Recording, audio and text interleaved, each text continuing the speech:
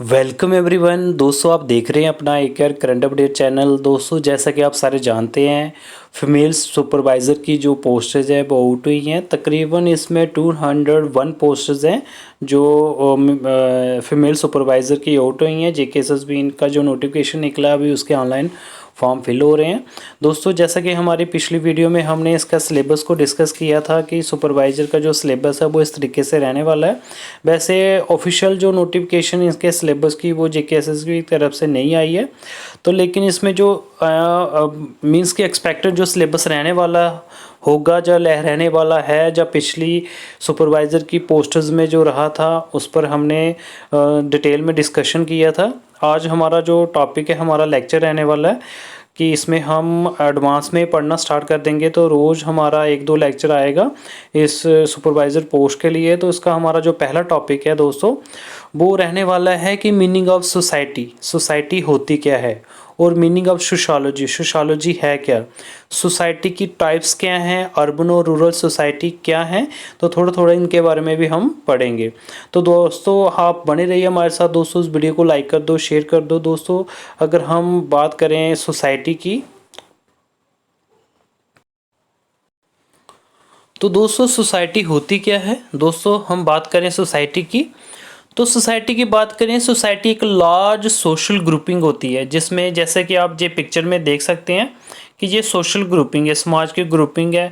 जैसे सारे लोगों को हमने इकट्ठा कर दिया, हर एक जो कैंड है इंडिविजुअल है, कोई कहीं का है, कोई कहीं का है, तो एक जगह पे जे इकट्ठे हो गए हैं। मैं दोबारा बता दूं, सोसाइटी एक लार्ज सोशल ग्रुपिंग है जिनका सेम जोग्राफिकल टेरिटरी है। जो अलग अलग की बात नहीं इसमें आती कि बहुत सारे कैंडिडेट या बहुत सारे लोग जो सेम जोग्राफिकल टेरिटरी के अंदर आते हैं and subject to the same political authority, और उनकी पॉलिटिकल अथॉरिटी भी सेम है and dominate culture expectation, mean कि उनका कल्चर जो एक्सपेक्टेशन है वो भी सेम ही रहने वाली हैं।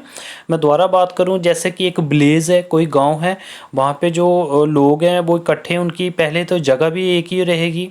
आप एग्जांपल ले लीजिए जे जम्मू डिस्ट्रिक्ट की, तो जम्मू डिस्ट्रिक्ट में जो भी लोग रहते हैं तो उनका सेम जोग्राफिकल टेरिटरी रहने वाली है और उनका पॉलिटिकल अथॉरिटी भी सेम रहने वाली है। और कल्चर अगर बात करें तो सेम, ऐसे कश्मीर डिवीज़न का बात करें कि उनका कल्चर अलग से रहने वाला है। तो उस तरीके से हम बोल सकते हैं, सोसाइटी इनको बोल सकते हैं। तो दोस्तों, मैं दोबारा बता दूं, सोसाइटी एक लार्ज सोशल ग्रुपिंग है जिनका सेम जोग्राफिकल टेरिटरी रहने वाला है, मीन कि उनकी सेम मीन्स की फीलिंग सेम, कल्चर, लैंग्वेज, ये सारा कुछ सेम रहने वाला है। तो दोस्तों, इसके साथ साथ अगर बात करें, इसके साथ साथ बात करें सोसाइटी है क्या। सोसाइटी कोई भी ग्रुप ऑफ पीपल है जो लीव करते हैं, रहते हैं और इकट्ठे काम करते हैं अपने साथ एक ऑर्गेनाइज तरीके से, और वो एक अपने आप को एक सोशल यूनिट मानते हैं। तो ये डेफिनेशन डिफाइन किया है लिंटन ने इसको। सोसाइटी को रेफर करते हैं वो सारे लोग जो इंटरेक्ट करते हैं एक पार्टिकुलर टेरिटरी के बीच में, और उनका कल्चर भी सेम है। जे जॉनसन जे मैकिनस ने बोला, ऐसे ही सोसाइटी द वेब ऑफ, जो एक जाला है, एक जोड़ है जो समाज के साथ हमारा रिलेशनशिप रहता है और वो चेंज भी होता रहता है, एवर चेंजिंग है। तो जे मैकल्वर और पेज ने बोला है। तो दोस्तों, इसके साथ साथ अगर बात करें सोसाइटी की करैक्टरिस्टिक्स की, तो दोस्तों पहली हो गया पॉपुलेशन, कि एक बेसिक करैक्टरिस्टिक्स है, सोसाइटी को माना गया एक लार्ज सोशल ग्रुप है जहाँ पे सारे इकट्ठे रहते हैं। डेफिनेट एक इनका बात करें कि डेमोग्राफी प्रॉपर्टी की बात करें, इनका साइज, कंपोजिशन या डेंसिटी, क्योंकि एक पार्टिकुलर एरिया में रहते हैं तो उस तरीके से जो रहने वाला है। इसके अलावा करैक्टरिस्टिक्स में आता है कि सब ग्रुप, इनके आगे सब ग्रुप भी हो सकते हैं, कि एक लार्जर ग्रुप है, इंडिविजुअल जो ऑर्गेनाइज किया है, एक अलग अलग यूनिट हैं ग्रुप के, जे स्मॉल यूनिट भी हो सकता है, एक बड़ी कॉरपोरेशन भी हो सकती है। और विद इन, मैं वही बात कर रहा हूँ, एक छोटा भी ग्रुप हो सकता है, बड़ा भी। जैसे हम बात कर रहे हैं एक इंडिया लेवल की बात करें या एक वर्ल्ड लेवल की बात करें, तो वर्ल्ड लेवल का हो गया बड़ा, और उसके बाद इंडिविजुअली इंडिया की बात करें वो हो गया छोटा, और उसके आगे और सब ग्रुप बात करें अलग अलग जो हमारी ड्यूटीज़ हैं, स्टेट्स हैं, ये भी हो गए छोटे छोटे group. With in one society, एक सोसाइटी के अंदर अलग अलग सब ग्रुप होते हैं, उनको हम डिफाइन करते हैं या क्लासीफाई करते हैं ऑन द बेस से आप एज के हिसाब से। जैसे कोई ओल्ड एज आता है, मिडिल एज में आते हैं, जंग आ जाते हैं, अडल्ट वगैरह, फिर किड्स वगैरह आ जाते हैं। एज के हिसाब से, प्रोफेशन के हिसाब से, सेक्स मेल और फीमेल के हिसाब से, धर्म के साथ, लिटरेसी अनपढ़ता या साक्षरता है या कितनी अनपढ़ता है, तो जहाँ साक्षरता है इसके हिसाब से भी ग्रुप बन सकते हैं, ये भी करैक्टरिस्टिक्स आएगी।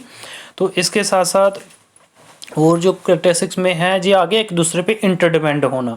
सोसाइटी में हर एक बंदा दूसरे पे डिपेंड है, इंटरडिपेंड है।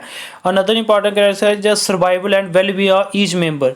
हर एक जो इंडिविजुअल जो सोसाइटी का है उसको सर्वाइव करने के लिए दूसरों पर डिपेंड रहना पड़ेगा।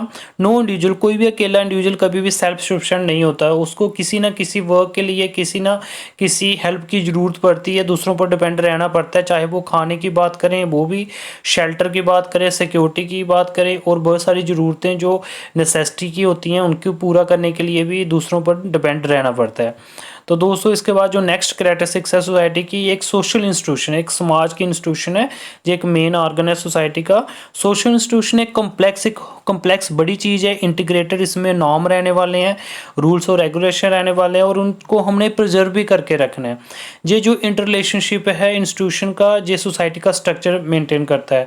दी फैमिली, एजुकेशन, इकोनॉमी, पॉलिटिकल और रिलीजन। जैसे हम बात करेंगे दोस्तों सेंटर लेवल पे, एक मैं इंडिविजुअल को रख रहा हूँ, इंडिविजुअल को, तो इंडिविजुअल जो है देखो, इंडिविजुअल को हर एक पर डिपेंड रहना पड़ेगा।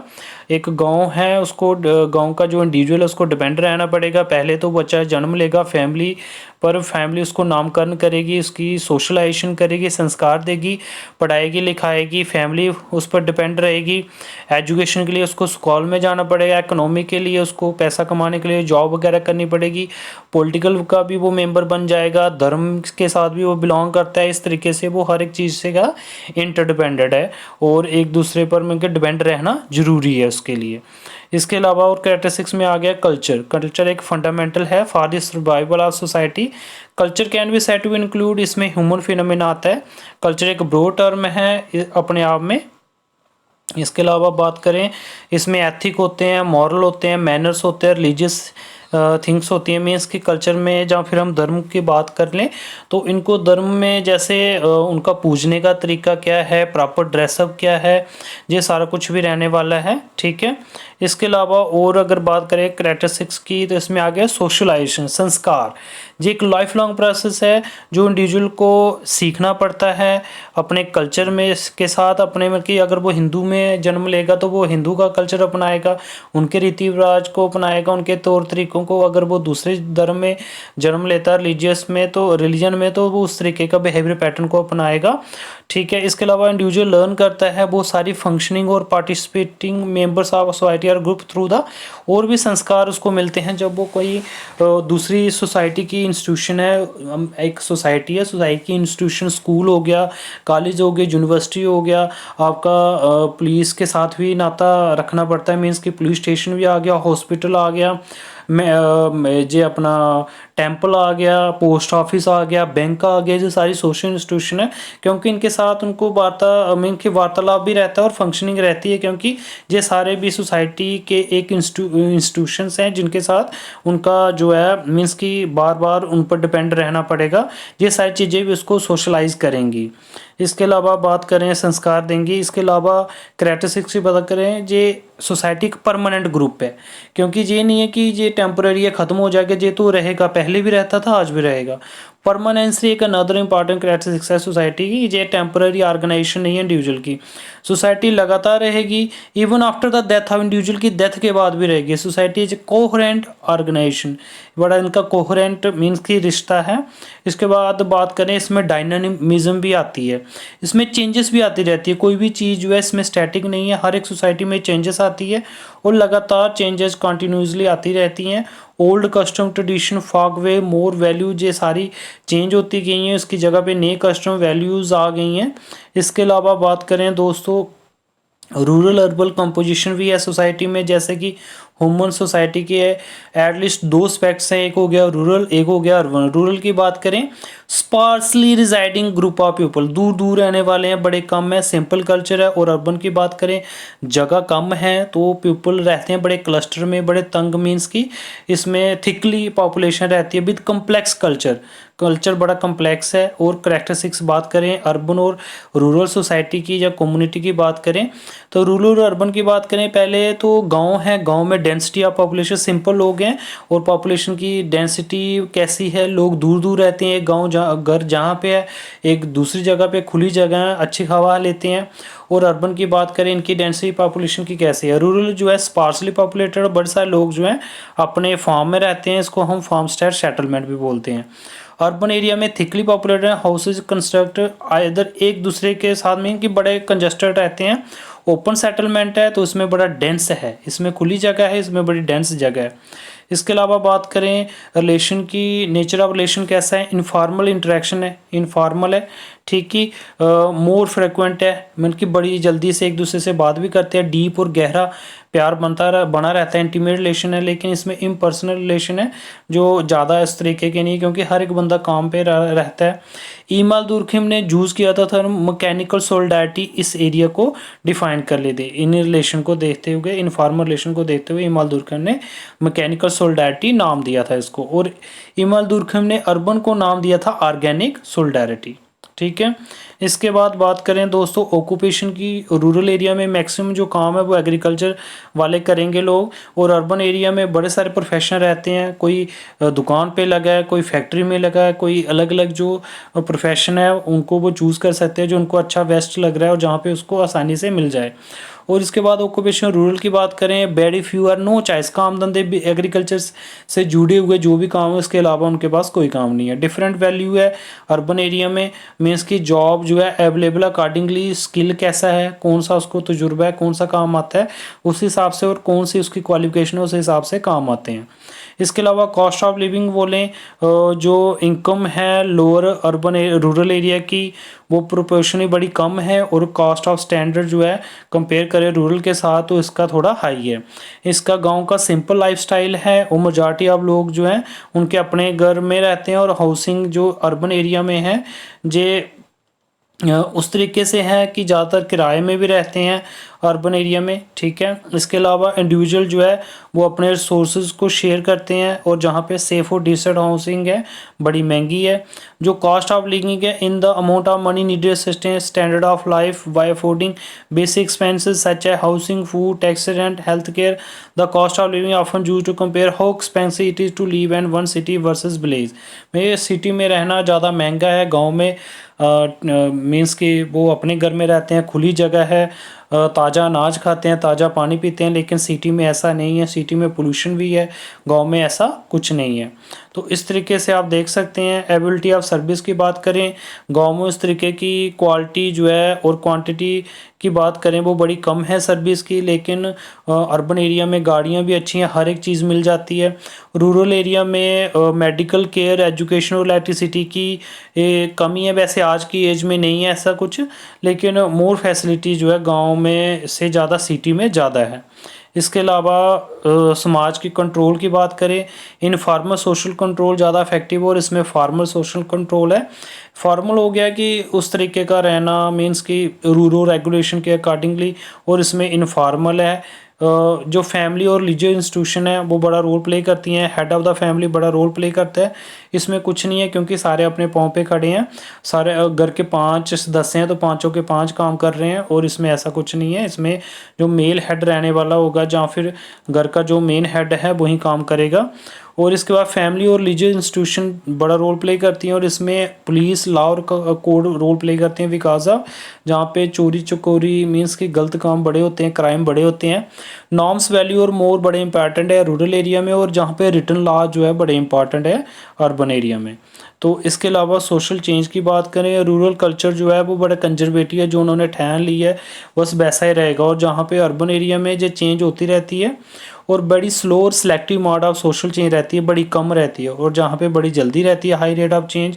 रीजन्स जैसे लैक ऑफ डायलिटी वो चाहते नहीं अडॉप्ट करना, क्योंकि वो अनपढ़ हैं, ट्रेडिशनल हैं, वो नहीं चाहते, उनको पहले तो आएगा नहीं, वो घुल मिल नहीं पाएंगे पढ़े लिखे लोगों के साथ। तो इसके अलावा जो इनका है अर्बन का जो फास्ट मीन्स ऑफ कम्युनिकेशन है, इनका कम्युनिकेशन अच्छी है, एजुकेशन अच्छी है, कल्चर डाइवर्सिटी है, अलग अलग कल्चर के लोग इकट्ठे रहते हैं, इसलिए ये जल्दी से अडॉप्ट कर लेते हैं। तो इसके अलावा स्ट्रैटिफिकेशन की बात करें, ठीक है, स्ट्रैटिफिकेशन की बात करें, स्ट्रैटिफिकेशन होती है जो एक लेयर बनी होती है समाज की, जैसे कि एक स्ट्राटा बना हुआ है कि अपर हो गया, लोअर हो गया, जहाँ मिडिल हो गया और लोअर हो गया, मीन्स कि हाई क्लास लोग, मिडिल क्लास लोग और लोअर क्लास की। तो सोसाइटी का भी एक ऐसा स्ट्रक्चर है, एक स्ट्रेटिफिकेशन बनी हुई है, एक टॉप पे है और बॉटम पे है। ऐसे रूरल और अर्बन की बात करें, जो रूरल कम्युनिटी है जो डिवाइड है अलग अलग स्ट्राटा में, अलग अलग लेयर में on the basis of caste. और दूसरी साइड जो सोशल स्ट्रेटिफिकेशन अर्बन एरिया में जे भी सोशल इकोनॉमिक जे पैसे के पर डिपेंड है, मीन्स कि अमीर और गरीब पर, और जहाँ पे कास्ट पर है गांव में। सोशल मोबालिटी इज़ रिजिड है और सारे ऑक्यूपेशन कास्ट के हिसाब से हैं। और इसमें बात करें इसमें सोशल मोबालिटी बड़ी ज़्यादा है, लोग चेंज करते रहते हैं। और जहाँ पे रूरल में shifting from one occupation to another जे बड़ा डिफ़िकल्ट है, बिकॉज कास्ट डिपेंड करती है जन्म के साथ। और दूसरी साइड बात करें अर्बन एरिया में वर्टिकल अपवर्ड और डाउनवर्ड रहता है, मीन्स कि अगर बंदा अच्छा काम करेगा वो अपवर्ड ही जाएगा, अगर वो उसी के हिसाब से गलत काम करेगा मीन्स कि अपने आप को और ऊपर नहीं लेके जाएगा एजुकेशन क्वालिफिकेशन के हिसाब से, अगर वो अच्छा काम नहीं करेगा तो वो डाउनवर्ड भी आ सकता है। और इसके अलावा हॉरिजॉन्टल की बात करें जी, चेंज करेगा प्रोफेशन तो उस तरीके से भी हो सकता है, अगर एक जगह पे उसको कम पैसे मिल रहे हैं दूसरी जगह पे भी जाके और उससे अच्छे मतलब कि पैसे मिल सकते हैं। और गांव में बात करें इसमें एस्क्राइब स्टेटस है, एस्क्राइब हो गया जो जन्म के साथ मिल गया बस उसी को अपनाना है, जो जिस जन्म में कि जिस धर्म में जिस कास्ट में वो जन्म लेगा उसी के हिसाब से काम धंधे को अपनाएगा। और अचीव में हो गया जो अर्बन एरिया में कि जो अचीव करता है वो खुद हासिल करेगा, उसको कोई स्किल आता है, वो पढ़ाई लिखाई आती है, उस तरीके से वो करेगा। मैं दोबारा आपको बता दूं, कास्ट्स की बात करें कि समाज में इस तरीके से पहले स्टार्टा जो बना हुआ था, इसमें 4 प्रकार की कास्टें थी, जैसे ब्राह्मण थे, इसके बाद क्षत्रिय थी, इसके बाद वैश्य थी, और इसके बाद शूद्र। दोस्तों इसका अलग से मैं लेक्चर लूँगा। तो दोस्तों इसके अलावा अगर बात करें आगे अनोनिमिटी, वैसे ये आपके लिए ज़्यादा ज़रूरी नहीं है, फिर भी मैं बता दूं तो दोस्तों अनोनिमिटी की बात करें इसमें कि गांव में जो इंटरेक्शन रहता है रूरल एरिया में वो बड़ा फ्रिक्वेंट रहता है, और अब हर एक बंदा एक दूसरे से कनेक्टेड है कम्युनिटी के साथ। और अर्बन एरिया में ऐसा नहीं है, वो एक दूसरे स्ट्रेंजर की तरह रहते हैं, अजनबी की तरह। और everyone is known to other, why हर एक बंदा एक दूसरे को नाम से जानता है गांव में, लेकिन ऐसा कुछ नहीं है सिटी में। स्ट्रेंजर जो है वो अगर कोई गांव में कोई अजनबी आता है वो सभी को पहचान हो जाएगी, रिकॉग्नाइज हो जाएगा, लेकिन सिटी में ऐसा कुछ नहीं है जो कंडीशन में लीड्स टू, अगर ऐसा कुछ होगा तो सिक्योरिटी इशू भी आ जाएगा इसमें। इसके अलावा रिक्रिएशन एक्टिविटी बताएं, मौज मस्ती की फैसिलिटी बताएं। जो गांव में रिक्रिएशन की फैसिलिटी जहाँ बात करें तो उसमें खेलते थे हाइड एंड सीक, मीन की एक दूसरे को मीन की भागना और उनको पकड़ना, मार्बल्स कंकर मीन की मार्बल खेलते थे, काइट फ्लाइंग, गुल्ली डंडा एक स्टिक गेम है जो बॉयज़ खेलते थे, कबड्डी है, रेसलिंग है, डॉग फाइटिंग जे। और सिटी की बात करें इसमें cricket, hockey, soccer, tennis, badminton, table tennis, squash ये इंपॉर्टेंट प्रोमिनेंट गेम है। इसके अलावा गांव में और भी कुछ फेयर्स मेले अरेंज होते हैं अलग अलग ओकेजन पे, ठीक है। इसके अलावा और अगर बात करें करैक्टरिस्टिक्स रूरल एरिया की, इसमें ओरिजिन की दोस्तों इसका मैं अलग से दोबारा आपको लेक्चर लूँगा और बताऊँगा, क्योंकि ये लेक्चर बड़ा हो रहा है। तो दोस्तों इस वीडियो को लाइक कर दो, शेयर कर दो दोस्तों, इसके 3 लेक्चर बनेंगे हमारे इस वीडियो के। Thank you.